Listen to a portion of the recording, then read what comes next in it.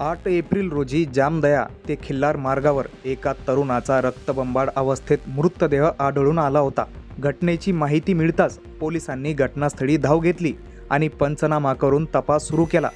मृताची ओळख पटवण्यासाठी त्याचा फोटो सोशल मीडियावर प्रसारित करण्यात आला। मयत तरुणाच्या हातावर आय लव्ह मॉम असं गोंदलेलं होतं। यामुळेच मयत तरुणाची ओळख पटवण्यात आली। हा मृतदेह सचिन रामकिशन राजगुरू राहणार वढव तालुका लोणार जिल्हा बुलढाणा या युवकाचा असल्याचं स्पष्ट झालं। हा असा हत्याकांड आहे म्हणजे महाराष्ट्रासारख्या पुरोगामी व संवेदनशील राज्यात सुद्धा अशा घटना घडत आहे। हातावर आय लव्ह मॉम गोंदलेलं असल्यानं मृतदेहाची ओळख पटली। नंतर अज्ञात आरोपींविरोधात खुनाचा गुन्हा दाखल करण्यात आला। तपासासाठी पोलिसांची विशेष पथके तैनात करण्यात आली। अप्पर पोलीस अधीक्षक, उपविभागीय पोलीस अधिकारी आणि स्थानिक गुन्हे शाखेच्या अधिकाऱ्यांनी तपासाची सूत्रे हाती घेतली। तपासादरम्यान पोलीस लोणार तालुक्यातील वडव गावात पोहोचले असता रामदास विश्राम तनपुरे वय 65 या व्यक्तीवर संशय निर्माण झाला। त्याची सखोल चौकशी केली असता धक्कादायक माहिती समोर आली। चौकशीत तनपुरे याचे मयत तरुण म्हणजेच सचिनच्या आई लीलाबाई हिच्याशी अनैतिक संबंध असल्याचे निष्पन्न झाले।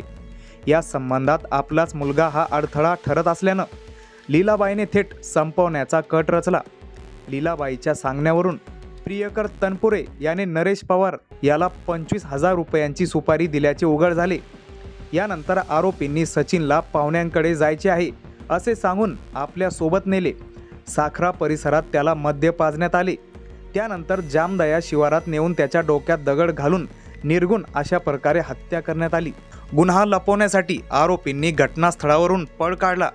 मात्र पोलिसांनी तांत्रिक तपास आणि गोपनीय माहितीच्या आधारे आरोपींपर्यंत पोहोचण्यात यश मिळवले।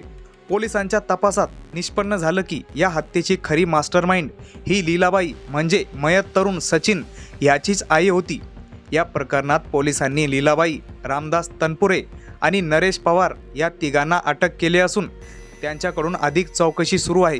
या गुन्ह्याचा तपास उपविभागीय पोलीस अधिकारी करत असून आरोपी विरोधात पुढील कायदेशीर कारवाई करण्यात येत आहे। या अमानुष घटनेमुळे परिसरात खळबळ उडाली। या धक्कादायक घटनेबद्दल तुमचं मत प्रतिक्रियाद्वारे व्यक्त करा। आपल्या मराठी चॅनलवर पहिल्यांदा व्हिजिट केलं असेल तर सबस्क्राईब नक्कीच करा।